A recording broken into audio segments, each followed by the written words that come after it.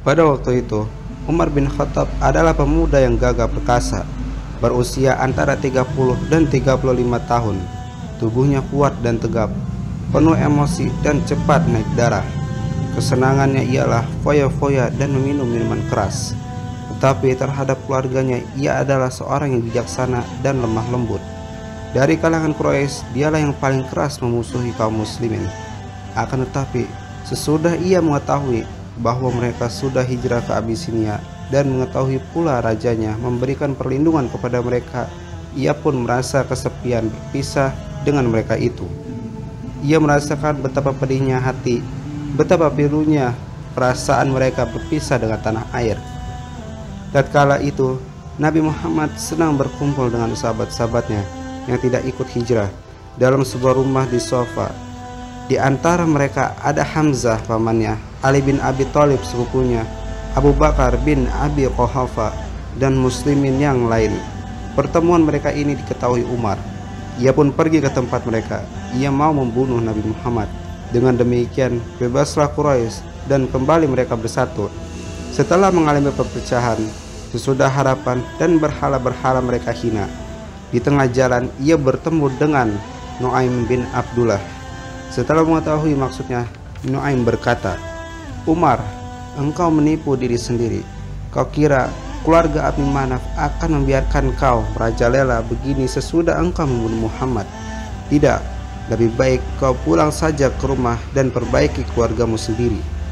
Pada waktu itu, Fatimah saudaranya beserta Said bin Zaid, suami Fatimah, sudah masuk Islam. Tetapi setelah mengetahui hal ini dari Nuaim, Umar cepat-cepat pulang dan langsung menemui mereka. Di tempat itu, ia mendengar ada orang membaca Quran. Setelah mereka merasa ada orang yang sedang mendekati, orang yang membaca itu sembunyi dan Fatimah menyembunyikan kitabnya.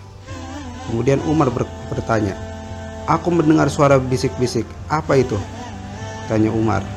Karena mereka tidak mengakui, Umar membentak lagi dengan suara lantang, "Aku sudah mengetahui kamu menjadi pengikut Muhammad dan menganut agamanya," katanya sambil menghantam Said keras-keras. Fatimah yang berusaha hendak melindungi suaminya juga mendapat pukulan keras. Kedua suami istri itu jadi panas hati. Kemudian ia berkata, "Ya, kami sudah Islam. Sekarang lakukan apa saja." Tetapi Umar jadi gelisah sendiri setelah melihat darah di muka saudaranya itu. Ketika itu juga lalu timbul rasa iba dalam hatinya. Ia menyesal dimintanya kepada saudaranya supaya kitab yang mereka baca itu diberikan kepadanya. Setelah dibacanya, wajahnya tiba-tiba berubah. Ia merasa menyesal sekali atas perbuatannya itu. Menggentar rasanya, ia telah membaca isi kitab itu. Ada sesuatu yang luar biasa dan agung dirasakan. Ada suatu seruan yang begitu luhur. Sikapnya jadi lebih bijaksana.